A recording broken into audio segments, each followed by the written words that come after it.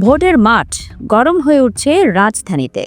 ঢাকার গুরুত্বপূর্ণ সংসদীয় আসন ঢাকা-৯, খিলগাঁও, সবুজবাগ আর মুগদা নিয়ে গঠিত এই আসনে এবার জমে উঠেছে ত্রিমুখী লড়াই। বিএনপি, স্বতন্ত্র জামায়াত জোট ও ইসলামী আন্দোলন কে এগিয়ে, কার পক্ষে জনমত, আর শেষ পর্যন্ত ভোটের ফল কি হতে পারে?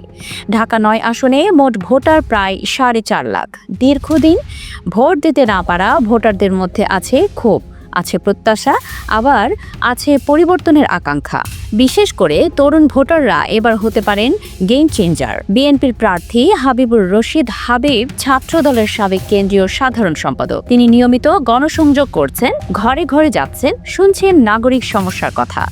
তার প্রধান ইস্যু হচ্ছে অপরিচ্ছন্ন রাস্তা, ময়লার স্তূপ, ড্রেনের দুর্গন্ধ, জলবদ্ধতা ও স্বাস্থ্য ঝুঁকি। হাবিবুর রশিদের ভাষায় পরিষ্কার ঢাকা নয় মানেই সুস্থ ঢাকা নয়। তিনি জানান, বিএনপির ঘোষিত 31 দফা রাষ্ট্র সংস্কার কর্মসূচির অন্যতম লক্ষ্য নাগরিক স্বাস্থ্য সুরক্ষা ও নিরাপদ পরিবেশ নিশ্চিত করা। এবারের নির্বাচনে বড় চমক ডাক্তার তাসনিম জারা। জাতীয় নাগরিক পার্টি এনসিপি থেকে পদত্যাগ করে তিনি স্বতন্ত্র প্রার্থী হিসেবে মাঠে নেমেছেন। তার বক্তব্যে মানুষ পরিবর্তন চায়, পুরনো রাজনৈতিক বন্দোবস্ত তারা আর মেনে নিচ্ছে না। তিনি বলেন, জবাবদিহিতার অভাব, দুর্বল প্রশাসনিক কাঠামো ও ক্ষমতাবানদের দায়বদ্ধতার সংকট রয়েছে। তিনি মনে করেন, প্রকৃত সংস্কার ছাড়া রাজনীতিতে আস্থা ফিরবে না। অনেকে মনে করছেন ডাক্তার তাসনিম জারা এই আসনে ভোটের হিসাব পাল্টে দিতে পারেন। এনসিপি থেকে সুপ্রিম কোর্টের আইনজীবী জাবেদ মিয়া রাসিনকে জামায়াত জোটের প্রার্থী করা হয়েছে। তার প্রতি সমর্থন জানিয়ে জামায়াতে ইসলামীর কবির আহমেদ মনোনয়ন প্রত্যাহার করেছেন।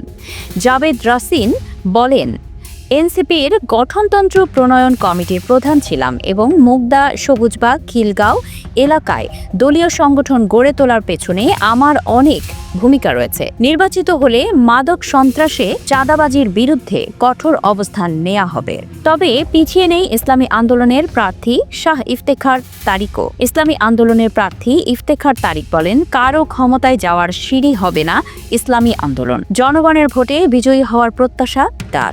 বিশেষজ্ঞদের মতে এই আসনে বিএনপির আছে সাংগঠনিক শক্তি, স্বতন্ত্র প্রার্থীর আছে ব্যক্তিগত জনপ্রিয়তা।